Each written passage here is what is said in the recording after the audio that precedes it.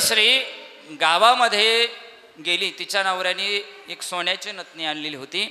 सोन्याची नथनी तिने आणलेली, तिच्या नवऱ्याने आणलेली होती. तिने नाकात घातली, गावात गेली आणि गावात सगळ्या बायांना सांगायला लागले, मावशी बघा माझ्या नवऱ्याने मला सोन्याची नथनी आणली. सगळ्या गावात ती सांगू लागली. आणि तेवढ्यात कबीरदासजी महाराज रस्त्याने चालले होते आणि त्यांनी त्या बाईला पाहिलं आणि त्या बाईजवळ गेले. का गं बाई काय सांगतेस? ती बाई म्हणते माझ्या नवऱ्याने मला सोन्याची नथनी आणली. मग त्यावेळेस कबीरदासजी महाराज सांगतात, अगं बाई सोन्याची नथनी आणली, तू एवढी आनंदित झाली, पण तुला एवढं सोन्यासारखं नाग ज्या परमात्म्याने दिलं त्या देवाचं तू भजनही करत नाही, त्या देवाचं नामचिंतनही करत नाही महाराज. बरोबर की नाही? खूप सुंदर वर्णन करतात कबीरदासजी महाराज. नथनी दीजिस यारने, नथनी दीजिस यारने, सुमिरत बार बार, नाक दिया जिस यारने, भूल गई है नार. नथनी दी जिस यारने, त्याचं सारखं भजन करत होती. माझ्या नवऱ्याने मला सोन्याची नथनी आणली, सोन्याची नथनी आणली, पण माझ्या पांडुरंग परमात्म्याने एवढं सुंदर नाक दिलं, त्या देवाचं भजन नाही हो, त्या देवाला आठवत सुद्धा नाही, त्या देवाचं नामचिंतन सुद्धा कधी करत नाही. घरामध्ये पांडुरंगाची मूर्ती असते, त्या पांडुरंगाला कधी तिथे जाऊन बसवत नाही, त्या देवाला कधी अगरबत्ती लावत नाही. पण सोन्याची नथनी आणली म्हणून त्या नवऱ्याचं गुणगान करते. सगळं गावभर सांगत येते की मला सोन्याची नथनी आणली. सोन्याच्या नथनीला किंमत नाही, पण लाकाला लई किंमत आहे महाराज. बरोबर की नाही? अजय तुमच्या काळामध्ये जर पोरगी पाहायला गेलं ना तर काय पाहिजे? पहिलं नाक पाहिजे. बरोबर की नाही? माझा एक मित्र असाच मुलगी पाहायला गेला बरं का. पुन्हा मामा लक्ष द्या, माझा मित्र असाच पोरगी पाहायला गेला आणि पोरगी पाहायला गेल्यानंतर पोरगी पाहून आला आणि आल्यानंतर मी त्याच्याजवळ गेलो. का रे बाबा पोरगी पाहायला गेलता ना, काय झालं मग? ठरलं का? तारीख फिक्स झाली का? तो म्हणे नाही. म्हटलं काय झालं? पोरगी चांगली नाही का? खूप चांगली आहे. दिसायला व्यवस्थित दिसत नाही का? दिसती व्यवस्थित. स्वयंपाक येत नाही का? स्वयंपाकही येतो. बरं काय अडचण आहे मग महाराज? तिला सगळं येतं. तिचं शिक्षण झालं नाही का? शिक्षणही झालंय, ग्रॅज्युएशन झालंय, चांगलं, सगळ्या गोष्टी चांगल्या आहे, पण ती नाकात नसल्यामुळे घरच्यांनी तिला टाळलं. बरोबर की नाही? नाकाला एवढी किंमत आहे महाराज. मग त्या भगवान परमात्म्याने एवढं सुंदर नाक दिलं, त्या देवाचं भजन का करत नाही हो? त्या देवाचं नामचिंतन का करत नाही हो? केलंच पाहिजे महाराज, कारण आपल्याला आपल्या आयुष्य मर्यादा माहीत नाही. म्हणून आत्ता सावध होऊन त्या देवाचं भजन, त्या देवाचं नामचिंतन आपण केलं पाहिजे. आपण कधी सावध येतो? कधी होतो? जर असं गावातनं आपण जर बाहेर जात असलो आणि जर गावाच्या बाहेर जर स्मशानभूमी असेल तर आपण काय करतो? राम राम राम राम राम राम राम राम राम राम त्या मसंखाईपासून. आणि जर गाव जवळ आलं का मग आपण काय म्हणतो? त्याच्या अगोदर काय म्हणतो? जय हनुमान ज्ञान गुण सागर, जय कपी सती हो लोक उजार, हनुमान चालीसा म्हणतो. आणि गाव जवळ आलं की लगेच आपण काय म्हणतो? मेरे अंगणी मी. बरोबर की नाही? जोपर्यंत आपल्यावर संकट आहे तोपर्यंत आपण त्या देवाचं भजन करतो. आणि एकदा का संकट निघून गेलं का मग आपण देवाचं भजनही करत नाही, देवाला आठवत सुद्धा नाही. मला आला ताप देव माझा बाप, मला आला ताप देव माझा बाप, आणि माझा गेला ताप मी देवाच्या बापाचा बाप. आहे का नाही अशी परिस्थिती? मला जर ताप आला, आपल्या स्वतःला जर ताप आला, आपण काय म्हणतो? हे पांडुरंगा, हे भगवंता, अरे काय केलं? बरोबर की नाही? ताप आला मला, वाचव, हे ते. आणि ज्यावेळेस आपला ताप निघून जातो आपण काय होतो? त्याच्या बापाचा बाप होत असतो आपण. बरोबर की नाही? अशी परिस्थिती त्या ठिकाणी आहे.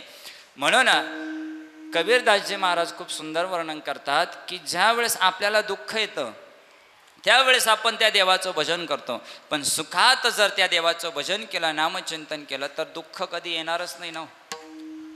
बरोबर की नाही? दुःख कधी येणारच नाही. जर आपण सुखात त्या देवाचं भजन केलं, नामचिंतन केलं तर दुःख कधी येणार नाही. पण आपण दुःखात भजन करतो, दुःख आल्यानंतर त्या ठिकाणी भजन करत असतो. कबीरदासजी फार सुंदर वर्णन करतात.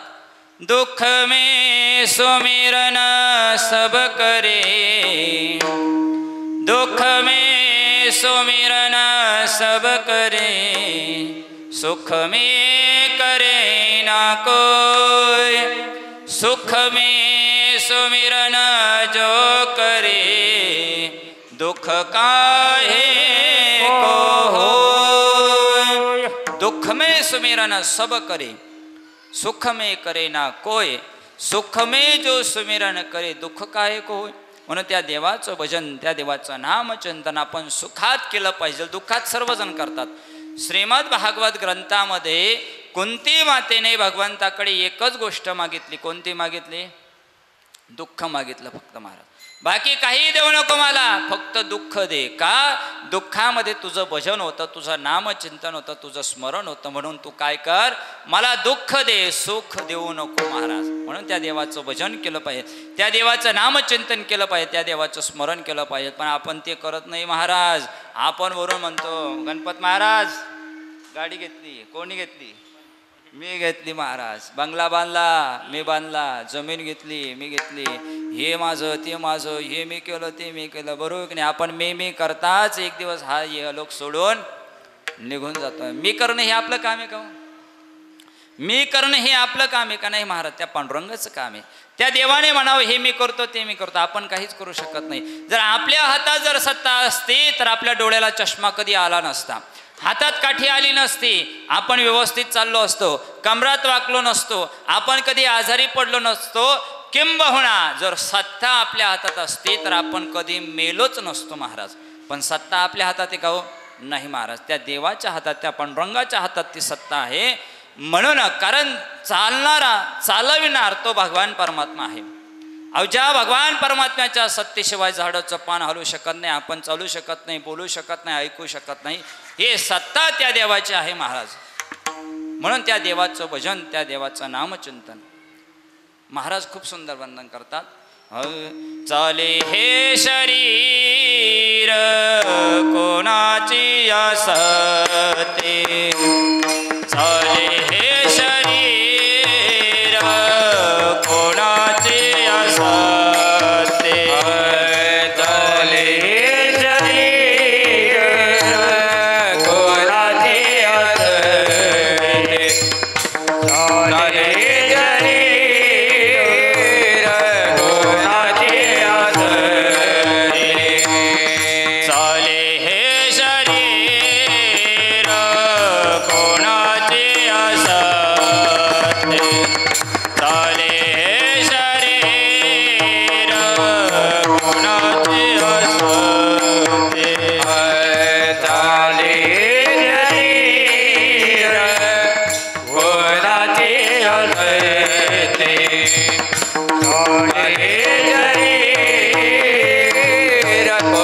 Hare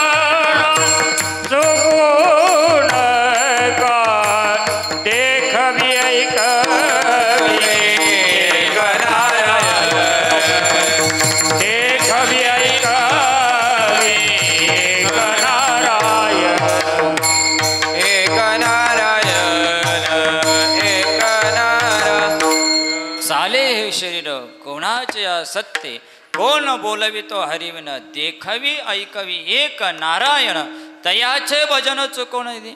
अशा भगवान परमात्म्याच्या सत्तेशिवाय आपण चालू शकत नाही, बोलू शकत नाही, ऐकू शकत नाही. तरी लोक एवढी घमेंड करतात महाराज, तरी एवढी कसं काय त्यांच्यात हिंमत येत असते.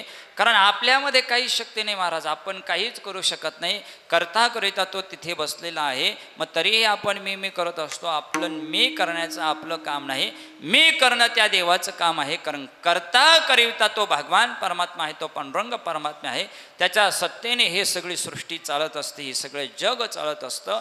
म्हणून आपण काय केलं पाहिजे, त्या देवाचं भजन केलं पाहिजे, त्या देवाचं नामचिंतन केलं पाहिजे, त्या देवाचं स्मरण केलं पाहिजे. महाराज एवढं संत महात्म्यांनी आपल्याला सांगितलंय, तुम्ही संसार करा, पण संसार करत असताना त्या देवाचं भजन, त्या देवाचं नामचिंतन आपण केलं पाहिजे.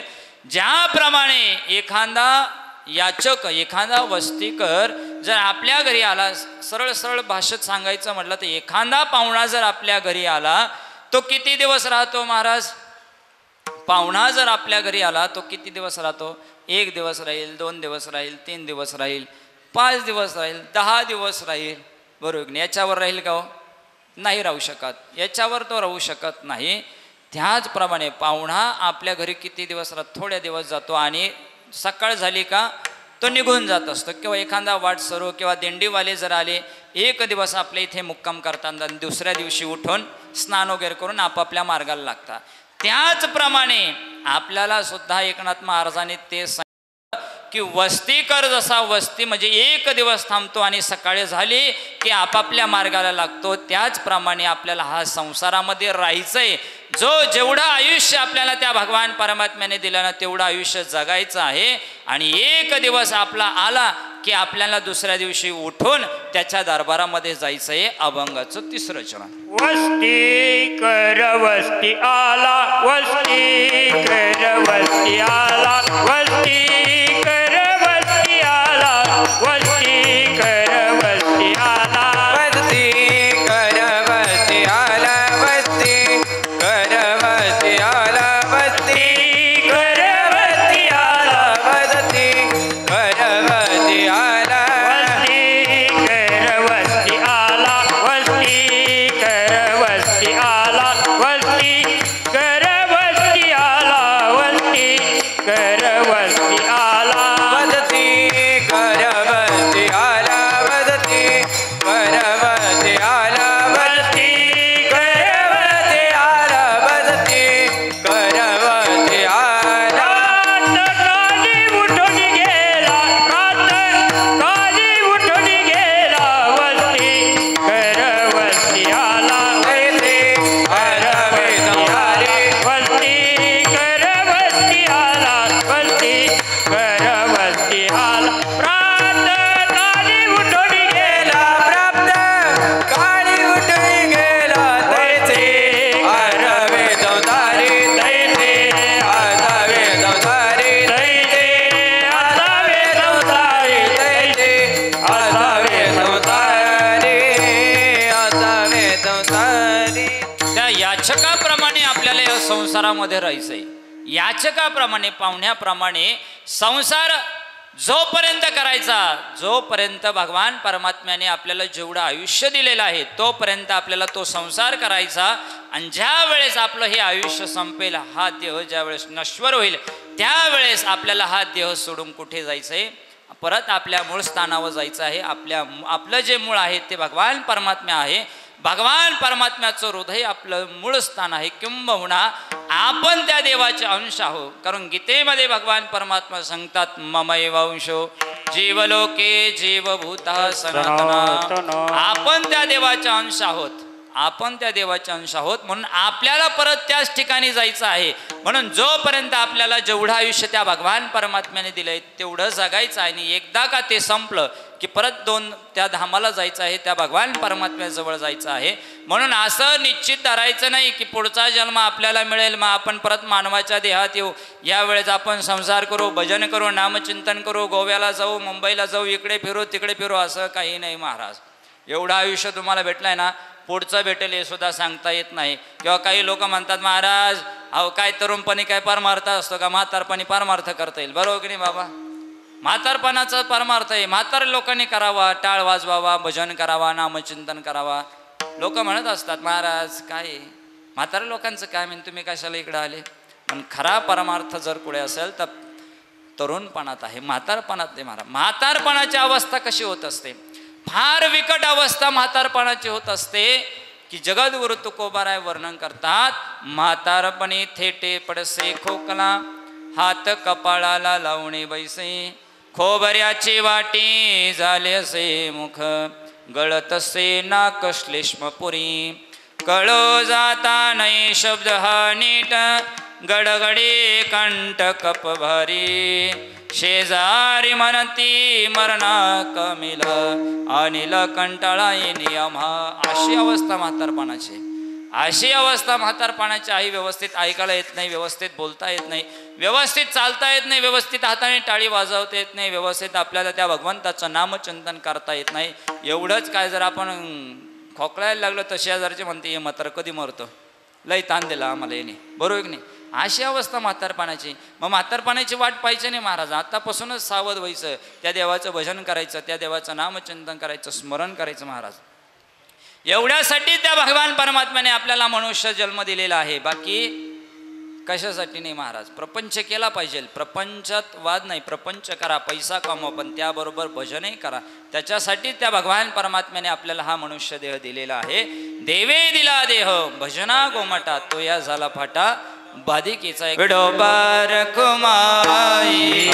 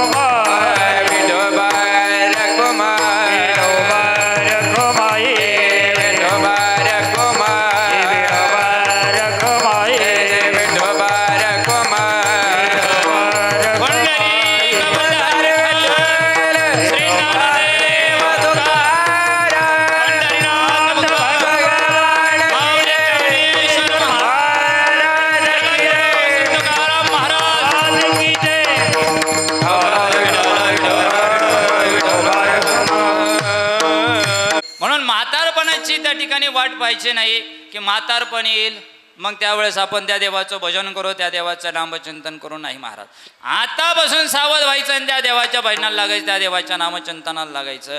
तुम्ही याचा विचार करू नका महाराज, कारण तो भगवान परमात्मा करता करविता आहे. त्याचं जरी भजन करत आपापलं निस्वार्थपणे जरी काम केलं ना महाराज, देणारा तो आहे. द्यायचं तर तुम्हाला तो फार देईल, फक्त नियतीने नियमाने आणि सत्यवाद्याने त्या ठिकाणी ते कर्म केलं पाहिजे. त्या वस्ती कराप्रमाणे आपल्याला या ठिकाणी राहायचं आहे. ज्या वेळेस पाहुणा घरी येतो, एक दिवस थांबतो, दुसऱ्या दिवशी निघून जातो, त्याचप्रमाणे आपल्यालाही तसंच राहायचं आहे. जोपर्यंत आपलं हे आयुष्य आहे तोपर्यंत त्या देवाचं भजन, त्या देवाचं नामचिंतन, त्या देवाचा प्रपंच त्या ठिकाणी करायचं आहे. आणि ज्या वेळेस आपला या देहाचं कार्य संपेल त्यावेळेस हा देह सोडून द्यायचा आणि त्या भगवान परमात्म्याच्या धामामध्ये त्या ठिकाणी जायचं राहतं. म्हणून त्या देवाचं भजन, त्या देवाचं नामचिंतन फार विशेष सांगितलेलं आहे. आणि शेवटच्या चरणामध्ये एकनाथ महाराज सांगतात की एका जनार्दनी शरण आणि ऐसे असता भय कवण. बघा, जगामध्ये जीवन जगत असताना एक भय आपल्या पाठीमागे लागलंय. आपल्याला भय आहे महाराज, एका गोष्टीचं भय. आपण चोरालाही घाबरत नाही, कोणालाही घाबरत नाही, गुंडागर्दीलाही घाबरत नाही, डॉनलाही घाबरत नाही, बरोबर की नाही बाबा? घाबरतो का आपण? कोणालाच घाबरत नाही. फक्त एका गोष्टीला आपण घाबरतो, ते म्हणजे मरणाला घाबरतो महाराज. एवढंच काय, अहो एखादा व्यक्ती आपल्याला म्हटला ना अरे जा मर, तरी आपल्याला त्या ठिकाणी त्रास होतो. आपण त्याच्यावर रागवतो का रे मला मर म्हणतो, मला मर म्हणतो. एवढा मरणाची भीती आपल्याला आहे महाराज. म्हणून त्या मरणापासून जर आपल्याला वाचायचं असेल, मरणापासून जर आपल्याला वाचायचं असेल तर आपल्याला काय करावं लागेल? एका जनार्दनी शरण. शरण कोणाला जायचं? त्या पांडुरंग परमात्म्याला तुम्ही शरण जा. आणि एकदा का तुम्ही त्या देवाला शरण गेला, त्याचं नामचिंतन केलं, त्याचं भजन केलं, तर तुम्हाला कोणत्याही प्रकारचं भय उरणार नाही. अभंगाचं शेवटचं चरण.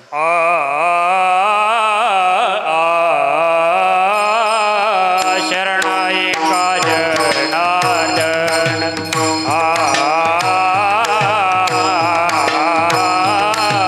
शरणाई का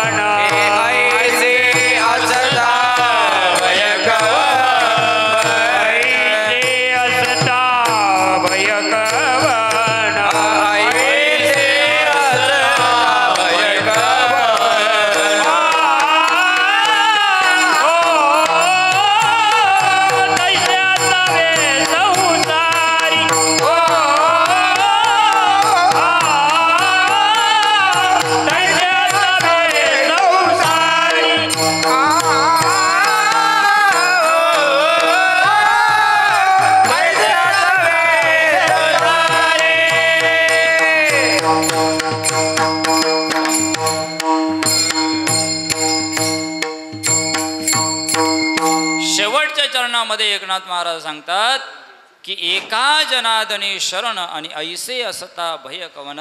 एकदा का तुम्ही त्या पांडुरंग परमात्म्याला शरण गेला की तुम्हाला मृत्यूचं जे भय आहे ते बिलकुलही राहणार नाही. त्याच्यामधून तुम्ही मुक्त व्हाल. फक्त काय करावं लागेल? त्या देवाची शरणागती करावी लागेल, त्या देवाचं भजन करावं लागेल, त्या देवाचं नामचिंतन करावं लागेल. पण कसं करावं लागेल? श्रद्धेने, प्रेमाने, भावनेने.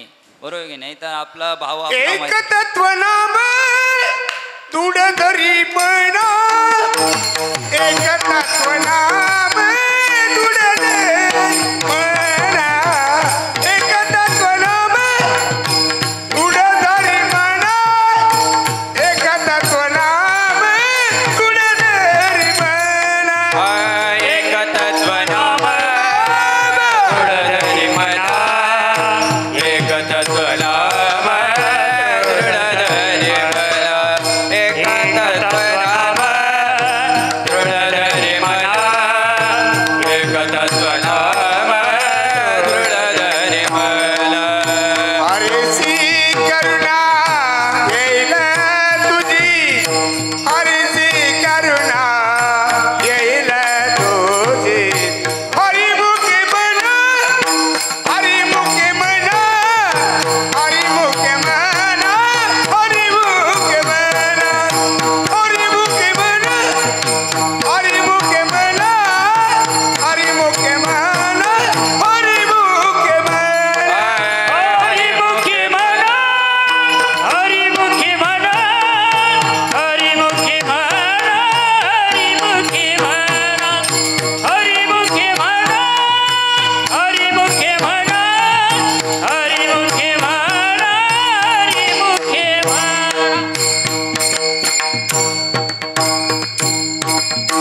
म्हणून त्या देवाचं भजन, त्या देवाचं नामचिंतन फक्त आपण काय केलं पाहिजे? श्रद्धेने, निष्ठेने, प्रेमाने, भावनेने त्या देवाची शरणागती, त्या देवाचं भजन करत असतो. नाहीतर आपल्या सर्वांना माहितीच आहे आपला भाव कसा आहे. लटिक्या भावे लटिक्या तुका. जसा आपला भाव असेल तसा तो भगवान परमात्मा आपल्याला प्राप्त होत असतो. कारण जर आपल्याकडे ब्राह्मणाची जर पूजा असेल ना, त्याला जर घरी बोलवलं ना, तर आपण खारीक खोबरं कशा आणतो महाराज? बुरबुरे लागलेले, थोडे खराब झालेले. कारण आपल्याला माहिती आहे आपल्याला कुठं खायचं आहे, जाणार त्यालाच आहे, बरोबर की नाही. हा आपला भाव आहे महाराज. जर नोट जर फाटेला असेल तर कुठं जाते महाराज? फाटकी नोट बाबाच्या खिशात जात असते, बरोबर की नाही. जी कुठंच खपत नाही ती बाबाच्या पॉकेटात जात असते. हा आपला भाव आहे महाराज. समजण्यासाठी एक छोटंसं उदाहरण देतो, सेवा संपवण्याचा त्या ठिकाणी प्रयत्न करतो. बघा भाव किती महत्त्वाचा आहे. जसा आपला भाव तसा तो भगवान परमात्मा आपल्याला प्राप्त होत असतो. म्हणून आपला जो भाव आहे तो शुद्ध असला पाहिजे, प्रांजळ असला पाहिजे, निस्वार्थ भाव असला पाहिजे. काय झालं, असंच एक ठिकाणी माझं कीर्तन झालं आणि कीर्तन झाल्यानंतर लोकांची श्रद्धा असते, भाव असतं, महाराजांना आपल्याकडून काहीतरी दानधर्म केला पाहिजे व या हेतूने लोक 10 रुपये 20 रुपये त्या ठिकाणी चरण दक्षिणाच्या वेळेस देत असतात. सर्वांनी दिले आणि शेवटून एक म्हातारी आजीबाई आल्या. थोडी तब्येत वगैरे होती, चष्मा वगैरे घालेला होता, बरं का बाबा, चष्मा वगैरे घालेला होता. ती आजीबाई माझ्याजवळ आली, दर्शन घेतलं आणि 20ची नोट काढली, माझ्याकडे दिली. मी धरली तशी खिशात घातली. घरी आलो आणि घरी आल्यानंतर ती 20ची नोट पाहिली आणि विचार करत बसलो, काय चॅप्टर असेल होती म्हातारी बाई. त्या म्हातारीसारखी या जगात दुसरी चॅप्टर म्हातारी नसेल, एवढी चॅप्टर, एवढी हुशार. जे कुठंच खपत नाही ते बरोबर बाबांच्या पॉकेटात जातं. ती नोट फाटलेली नव्हती बघा, ती नोटच अशी होती, अर्धी 10ची होती ना अर्धी 20ची होती, बरं का. महिला मंडळ, भूक लागली काय? भूक लागली नाही ना? लक्ष द्या इकडं. त्या आजीबाईने मला जी 20ची नोट दिली ना ती अशी होती, अर्धी 10ची होती आणि अर्धी 20ची होती. आता मी हुशार म्हटले हे नोट कुठेतरी खपवायचे. अनेक ठिकाणी चालवली, बसस्टँडवर चालवली, पेट्रोल पंपावर चालवून पाहिले, बाजारात चालवून पाहिले, अनेक ठिकाणी, पण कोणीही घेतली नाही.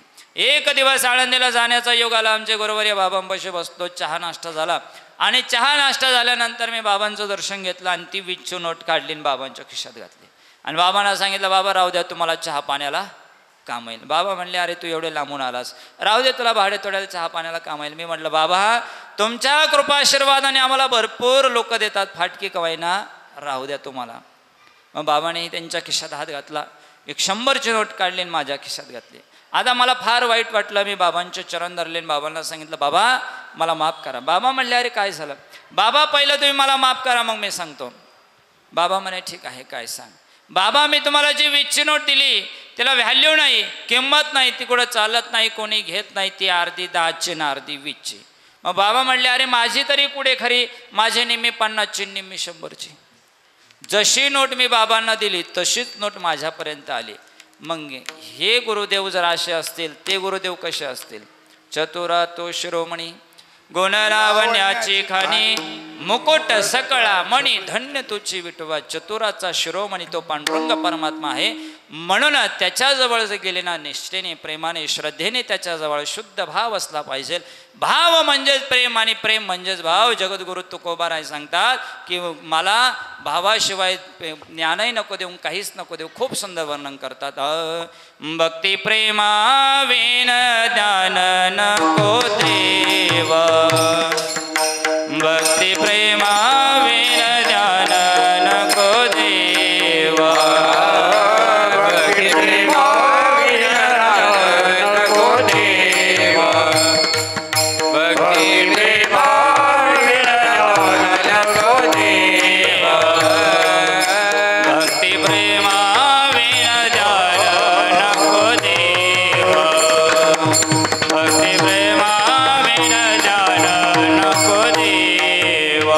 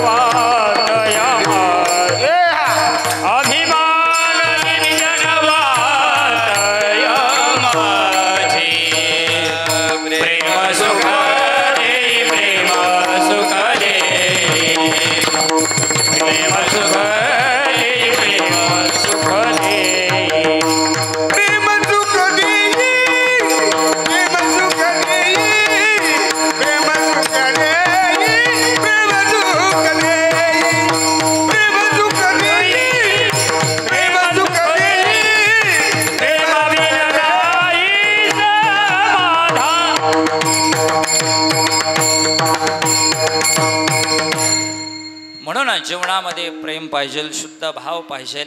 जुने लोक सांगत असतात प्रेम असेल तर रानातलं पाखरू जवळ येत असतं. म्हणून त्या ठिकाणी प्रेम असलं पाहिजे. प्रत्येकासंग बोला, प्रत्येकासंग हसत राहा महाराज. कोणाशीही वाईट होणार नका. कारण आपल्या आयुष्याचा भरोसा नाही. हा देह कधी जाईल कोणालाही सांगता येत नाही. म्हणून याच्यावर रागणं, याच्यावर फुगणं, यांनी मला हे केलं नाही, त्यांनी मला ते केलं, ह्या गोष्टी तुम्ही करतच बसू नका. आपलं जे भगवान परमात्म्याने कर्म दिलेलं आहे ते करत राहा. त्या देवाचं भजन करत राहा, रामचिंतन करत राहा. प्रत्येकासंग बोला, प्रत्येकासंग हसा, प्रत्येकासंग बघा महाराज. कारण एक ना एक दिवस आपल्याला हा इहलोक सोडायचा आहे. म्हणून संसारामध्ये कशा प्रकारे राहायचं आहे, पक्षाप्रमाणे ज्या वेळेस पक्ष दाणी खातून निघून जातो तसंच आपल्याला हा संसार करायचा आहे. आणि संसार झाला पक्षी अंगणी त्याच विठ्ठल विठ्ठल या ठिकाणी राहायचं आहे. आणि एकदा का हा देह आपला ज्याचं आयुष्य संपलं की त्याला सुद्धा त्या ठिकाणी जावं लागतं. म्हणून त्या देवाचं भजन करा, त्या देवाचं नामचिंतन करा. आणि वारकरी संप्रदायाच्या नियमानुसार एकदा त्या संतांचं भजन करू. ज्ञानेश्वर माऊली, ज्ञानराज माऊली, ज्ञानेश्वर माऊली, ज्ञानराज माऊली, ज्ञानेश्वर माऊली, ज्ञानराज माऊली.